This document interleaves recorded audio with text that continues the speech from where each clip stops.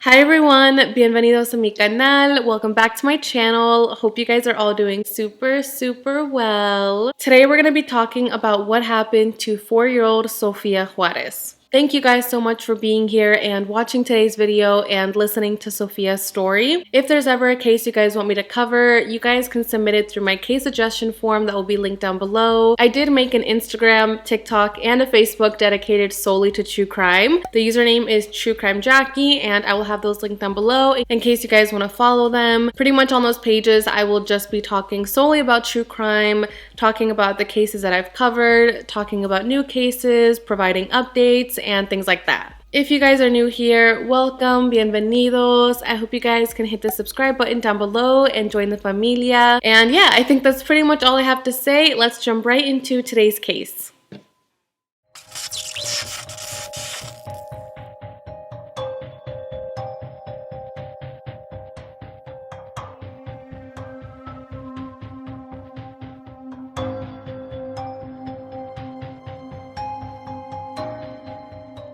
So, Sofia Juarez was born on February 5th, 1998. She lived in Kennewick, Washington with her 20-year-old mother, Maria Juarez, her grandmother Ignacia, her grandmother's boyfriend, and a bunch of people. It was a pretty full household. She lived with a lot of her cousins, a lot of her uncles, a lot of her aunts, so it was pretty chaotic, but from what I've read, everyone got along really well, and there was a lot of love in the family. Eventually, there would be an addition to the family when Maria would get pregnant and give birth to a little boy. This made Sofia an older sister, and she absolutely loved her little brother. She loved playing with him and with all of her cousins. They enjoyed watching cartoons together, playing with Barbies, and coloring. She also really loved the hamburgers from Burger King, so that was one of her favorite places to go out and spend time with her family. So Sofia did have a lot of energy, and she was pretty friendly, but with only people in her family. She generally was very shy with strangers, so it wasn't like Sofia to just wander off and just start talking to random people. She pretty much only trusted her family. Sofia's father, Andres, wasn't really that involved in her life. He denied being Sofia's father, so he didn't really have that much contact with the Juarez family, but thankfully Maria did have a lot of help since she lived with her mother and so many other relatives, so thankfully they were there to help her take care of Sofia. And like I said, Sofia absolutely loved her family and she loved living with all of them. So on Tuesday, February 4th, 2003, at around 8:15 p.m., Sofia was playing in her bedroom with her brother and some of her cousins. They were pretty much just hanging out and watching some TV. Sofia kind of had a lot of energy because the next day, on February 5th, was actually her birthday. So she was really excited to celebrate with her family the next day and turn 5 years old. So she kind of had a lot of energy and didn't really want to go to sleep yet. At around 9:15 p.m., Sofia's grandmother's boyfriend, Jose, comes into the house and says that he's going to go to the convenience store that's only 5 blocks away. He said he's going to buy milk and a couple of other things and wanted to see if anybody else wanted to go with him. None of the children said that they wanted to go with him, so Jose left by himself. However, quickly after Jose left, Sofia ended up changing her mind and she told her mom that she did want to go to the store with Jose to buy some candy. Maria tells her that's fine and she gives her a $1 bill to buy the candy, and she sees Sofia walk out the bedroom door, and unfortunately that would be the last time she would ever see her daughter. Maria never saw her daughter leave the front door. All she saw was Sofia leave the bedroom, and she just assumed that Jose was still at the front door waiting, or maybe he was barely getting to the end of the driveway and Sofia would catch up with him. So then a little bit of time goes by and Ignacia arrives home, and she says that normally when she would walk through the door, Sofia would come up to her and give her a big hug and tell her how happy she was that she was home. So this time when Ignacia walked in, Sofia wasn't there to greet her. She thought this was pretty weird, so she went up to Maria and asked her, "Where's Sofia?" And Maria tells her, "Oh, she's around here somewhere. She's watching TV with her cousins." But Ignacia said, "No, this is weird. Like, normally she comes up and greets me, and I don't see or hear her anywhere. Like, what's going on?" Se me hizo bien raro cuando yo llegué y pues ella siempre corría y me abrazaba, "Mami, mami", y ese rato no salió ella. Y le dije a María, "Mari, ¿y la niña?" Dice, "Ahí está, mami." No, le dije, "La niña no está." So then the two start looking for Sofia all over the house, but she's nowhere to be found. Then at 9:45 p.m., Jose comes back from the convenience store and Maria tells him, "Where's Sofia? Like, she went after you? Did she meet up with you? Like, where is she?" And Jose tells her, "No, I haven't seen Sofia. She never caught up to me. I never saw her at the store, and I didn't see her anywhere on my way back from the store." He says he had no idea that Sofia was going after him and that he had just walked off by himself. This is when the family really begins to panic and they decide to call 911 and report 4-year-old Sofia as missing.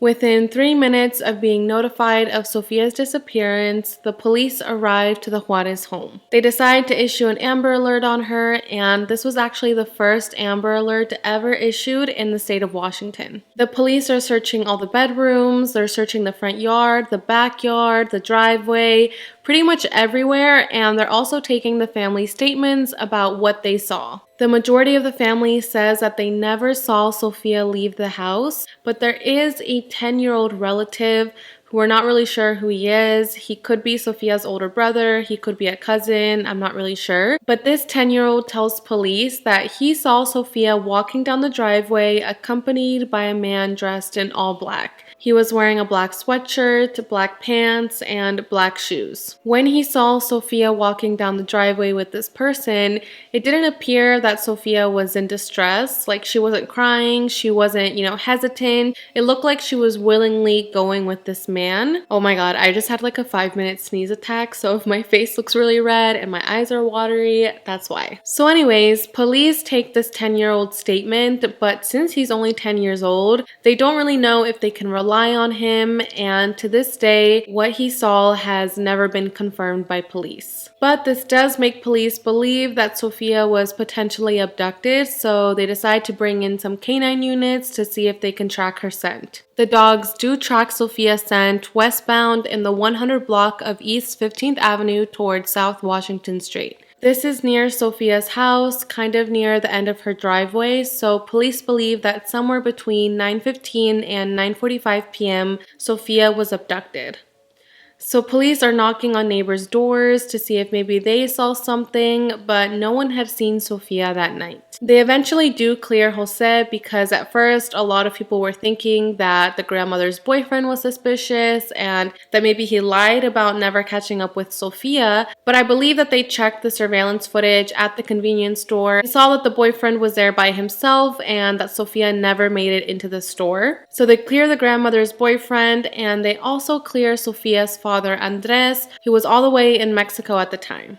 So even though those family members were cleared, Maria believed that her daughter was most likely abducted by someone she knew and someone that she trusts, such as her family. She knows that Sofia would never wander off with a stranger, and if what this 10-year-old said is true, if he did see Sofia walking willingly with this man dressed in black, it's possible that this man was a relative, a family member that told Sofia, "Oh, hey, I'll go to the store with you, let's go get some candy." And since Sofia knew him and trusted him, that's why she wasn't hesitant to go with him. So police were open to the possibility that Sofia was potentially abducted by a family member, but they were also open to the possibility that she was abducted by a complete stranger. So police searched and searched the area. They searched the woods around her house. They searched some rivers near the house. They literally did such a thorough search, but Sofia was nowhere to be found. In May of 2003, the police released a statement saying that they were searching for a mid-90s full-sized orange van. The license plate had 2 J's in the numbers, and a witness recalls seeing this van near the area at the time of Sofia's disappearance. The driver is described as being a Caucasian male with a thick blonde beard and between the ages of 35 to 40 years old. The witness never saw Sofia go anywhere near this van, but they did just notice that there was a random van parked near Sofia's house, so they told police this information, and police can't really confirm if this is related to her disappearance, but they still wanted to talk to the driver either way. I'm not sure if police ever found this driver or they found the van. I wasn't really able to find a follow-up story on that, but really this van was pretty much the only lead that police had on Sofia's disappearance. So then 6 years go by since Sofia was last seen and she still hadn't been found. 6 years, you guys. That is just absolutely heartbreaking, and I can't imagine what Sofia's family was feeling during those 6 years. The family says that Maria did get very depressed after Sofia's disappearance, but she was still holding on to hope that hopefully her daughter would be found alive and that they would be reunited soon. During these 6 years, Maria actually moved to Sacramento, California with a boyfriend and her children. Some people say that she wanted a fresh start, but even though she was all the way in Sacramento, she was still involved in the search and she still wanted to find her daughter. Unfortunately, on January 10, 2009, Maria Juarez passed away in Sacramento, California due to medical complications. She was only 26 years old. Maria passed away without ever finding out what happened to Sofia. The grandmother Ignacia says that this was just absolutely devastating. Not only did she lose her granddaughter, but she also lost her daughter. Para mí fue el doble dolor porque perdí a mi hija, perdí a mi nieta. ¿Cómo eran los días de María todo ese tiempo después de la desaparición de Sofía? Pues ella también diario estaba con una esperancita cuando iban los detectives para ver si algo sabían de ella. Vivió con la esperanza de volver a ver a su hija y se fue con esa esperanza. The family was just absolutely devastated by the passing of Maria, but they still wanted to continue the search for Sofia. They were still setting up flyers all over the town, all over the neighborhood, and trying to keep Sofia's name in the news. I mean, you guys know how the news works. At first, they focus on a case, and that's all they're talking about for a few weeks, and then they eventually move on and talk about someone else. So at this point, 6 years later, there really wasn't that much coverage on Sofia's disappearance. So then, for the next 18 years, Sofia's case would go completely cold. Police were still accepting tips, they were still accepting any new leads, but there was just nothing. It wasn't until April of 2021 when that would quickly change. A TikTok page called Acá y Allá, which means here and there in Spanish. It's basically a page where this guy goes around Mexico interviewing people. So this TikToker goes up to this woman in Culiacan, Mexico, and she's laying down at this bench in the middle of a plaza, and he's like, hey, can I ask you some questions? And she's kind of like, no, I don't really want to talk to anybody. But he's like, come on, I just want to ask you some questions, like, let's just talk. So he starts asking her some innocent questions, talking about the planets, asking her, whose face is on the 500 peso bill, things like that. Es que nomás una preguntita. ¿Cómo qué pregunta me quieres hacer? De cultura general. Ok, dame la entrevista para que vean. ¿Cuál es el tercer planeta del sistema solar? El espacio, ¿no? Ah, no, no sé cuál es. ¿Una pista, algo? El que sea, Mercurio, Marte, no sé, en serio, no sé nada de eso, de matemáticas ni nada de eso. Then the guy asks her how old she is, and she says she is 22 years old. She then says that she doesn't really like to celebrate her birthday and that she wants to give a quick shout out to her grandparents. She says, if they're watching this video, I want to tell them to come get me because I've been kidnapped. De verdad, no me gusta cumplir años, me chocan cumplir años, de hecho. Le quiero mandar un saludo a mi tata y a mi nana. Si están viendo este programa, quiero decirle que vengan por mí porque aquí estoy secuestrada. No, yo no te voy a secuestrar. Ocupo que vengan por mí porque la verdad no sé de dónde soy, si soy de aquí o soy de allá. Estás en Culiacán, Sinaloa. Estoy en Culiacán, Sinaloa. The guy ends the video by telling his followers to help this woman get connected with her family, and then he posts the video, and that's that. Well, this video ended up going viral all over TikTok. I believe the video has over 2 million views, and so many people were looking at this video and seeing a resemblance between her and Sofia Juarez. People were commenting like, oh my god, I think you found this missing child from 2003. I think this is Sofia Juarez. People were thinking that it was too strange of a coincidence that this girl looks like Sofia. She speaks Spanish like Sofia would. She's in Mexico where Sofia's from, and she says she hates her birthday, which is a little eerie because Sofia disappeared the day before her 5th birthday. She's 22 years old, which is around the same age that Sofia would be now. So a lot of people really thought that this was Sofia Juarez, and they reported this TikTok video to the Kennewick Police Department. I believe the Kennewick Police Department received over 200 tips about this TikTok video, so they really took this seriously, and they ended up contacting the TikToker and said, listen, we believe that you found this missing child, Sofia Sofia Juarez, and we need you to go find this woman for us. Explícanos un poquito. Hoy me habló el departamento de policías de una ciudad de Washington donde había pasado un caso de una niña que se llama Sofia Juarez. Okay. Un policía en inglés me decía, ocupo ayuda, que la marque, bla. Como yo no sé inglés, me contactó un policía que sabía español y nos empezó a traducir. Y ya el punto es este, güey.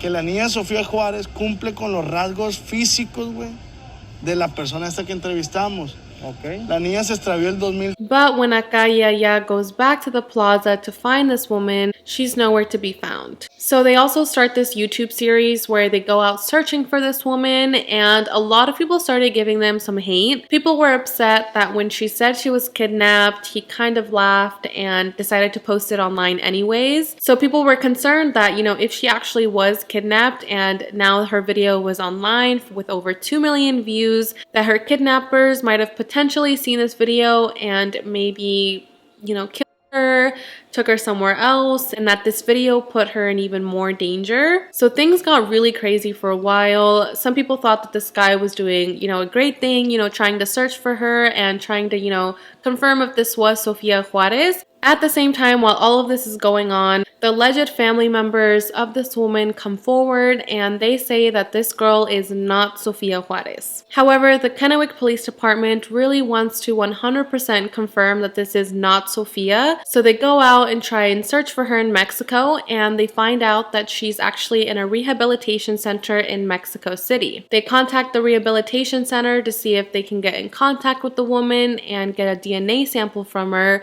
but the rehab center says that they won't help them out unless they're ordered to do so by a court in Mexico. Eventually, the police makes contacts with the state police of Sinaloa, and they make a formal request through the U.S. Department of Justice in cooperation with the FBI to speak to this woman. It wasn't until February of 2022 that police were finally able to locate this woman, and she provided a voluntary DNA sample. Her DNA was submitted to the Washington State Patrol Crime Lab, and it returned as negative. This woman was not Sofia Juarez. This entire thing was pretty crazy. I remember seeing this all over TikTok and all over the news, and everyone was so hopeful that Sofia was finally found and that she was alive and would be reunited with her family. Of course, Sofia's family found out about this because it was all over the news, and the family says they were completely shocked. 18 years had gone by since Sofia was last seen, and now out of nowhere, there's this new hope that she's potentially in Culiacan, Mexico, and that she's alive. So I can't imagine what was going on in the family's mind. Some family members did believe that this could potentially be Sofia because they did look similar, but other family members, such as Ignacia, the grandmother, said that they didn't know who this woman was and that it probably wasn't Sofia. ¿Ha visto un video que publicaron en las redes sociales sobre una joven que Sí, mire eso, pero la mera verdad yo no estoy segura que ella sea.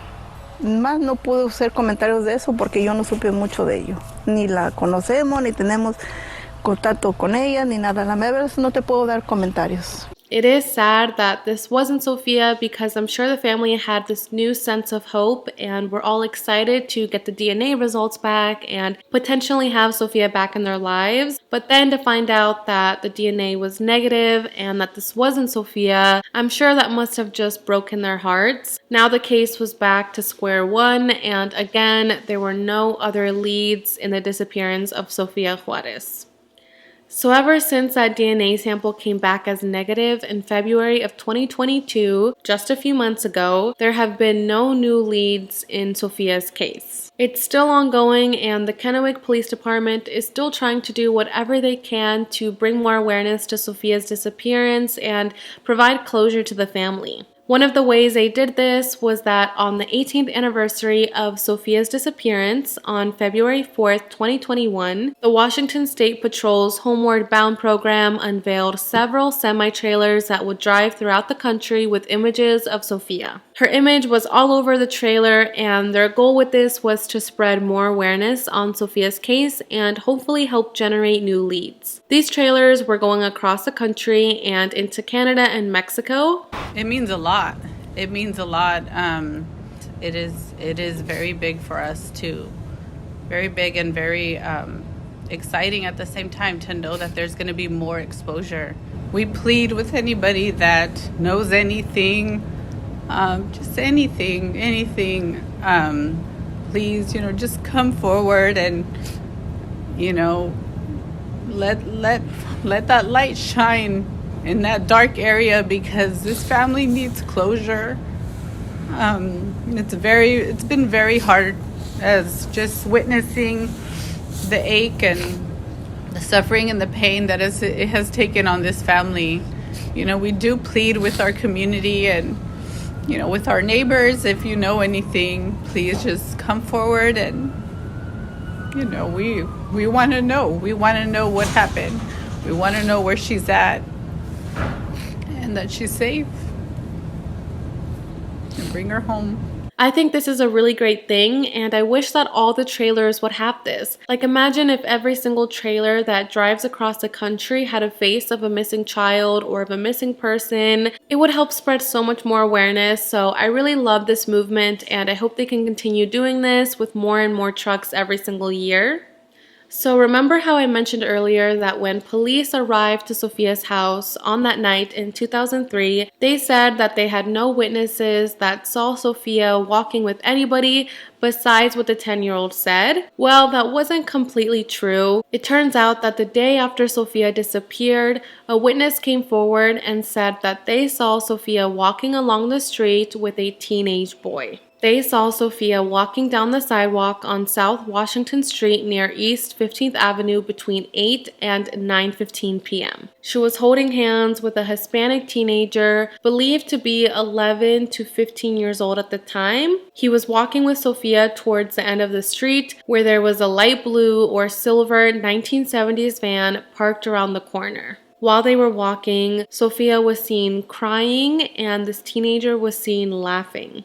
Honestly, that just gives me chills, because here's this 4-year-old little girl crying and this teenager just laughing and taking her towards a van. This witness only saw them for about 40 to 60 seconds, and I'm not sure why they didn't call police in that moment, but as soon as she saw Sofia's face on the news the next day, that's when she reported it to police. So the reason police didn't make this statement public back in 2003 is because they didn't want the suspect to know that they were onto them. They thought that if they put the suspect's description all over the news, that he would get scared and, cross to Mexico, cross to Canada, or, just disappear. So they didn't think it was going to be helpful to the investigation, but now, 18 years later, they do believe that by making this information public, they can hopefully find the suspect. So the description of the suspect is a Hispanic male between the ages of 11 to 15 years old. Now this person would most likely be 29 to 32 years old. This male had a light complexion, he was chubby in the face, and he had a mark on one of his cheeks. He had short, dark, wavy hair, and he had really big hands for someone his age. The van that this teenager and Sofia were walking towards didn't have any side windows, and it appeared to be some type of work van, like maybe something that a construction worker uses or a painter. I wasn't able to find a sketch of this person or a sketch of the type of van that they're looking for. I don't know if maybe police just don't have that information ready yet, but as soon as a sketch comes out and any photos of this potential van come out,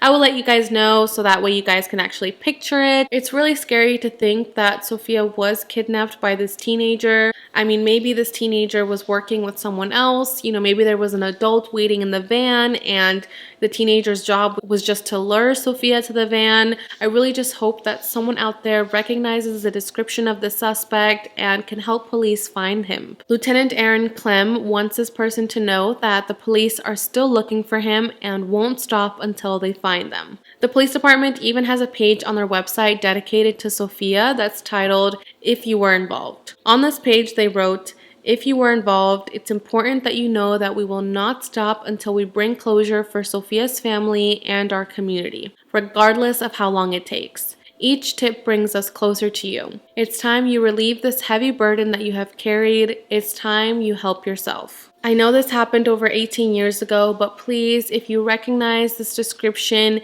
if you think you recognize the van, or you remember seeing Sofia on the night of February 4th, 2003, please reach out to the Kennewick Police Department and let's help the family get some closure and find Sofia. Here are some age progressed photos of how Sofia would look now, as well as a photo of how she looked when she was 4 years old and disappeared. There is a $10,000 reward being offered for anyone that can lead to Sofia's whereabouts. This money was actually donated by an anonymous couple that was really touched by Sofia's disappearance, and they want to help out as much as they can. Sofia has brown eyes, brown hair, she's Hispanic, and was last seen wearing blue overalls, a red shirt, violet socks, and white shoes. She also has a mole under her left eye. Today, Sofia would be 24 years old. My thoughts and prayers go out to Sofia's family. I really hope that Sofia is found soon, and hopefully she'll still be alive. Hopefully she can be reunited with her family and they can finally have some type of answer as to what happened to her. Alright you guys, that's pretty much all the information I have for today's video. If there's any updates on this case, of course I will update you guys by putting it in a pinned post in the comment section down below. Since Sofia was crying as she was walking away with this teenager, a lot of people believe that this wasn't a family member because, as so many people have mentioned, Sofia absolutely trusted everybody in her family and she wouldn't be crying if she was walking with someone she knew. So most likely Sofia was abducted by a stranger. It just makes me so upset because why do people do this? Like, why kidnapped a 4-year-old little girl? I just don't understand why things like this happen, and it's really unfair. Please everyone, just stay safe out there. Keep your kids close, and let's just hope that Sofia is found. Alright you guys, I would definitely love to know your opinion about this case, and again, if there's any cases you guys want me to cover in the future, make sure to submit it through my case suggestion form or comment it down below. Thank you guys so much for being here and listening to Sofia's story. I really appreciate the support that you guys give on my videos and on this channel. It truly means the world to me, so thank you, mil gracias. And yeah, I think that's pretty much all I have to say. I will see you guys in my next video. Bye guys!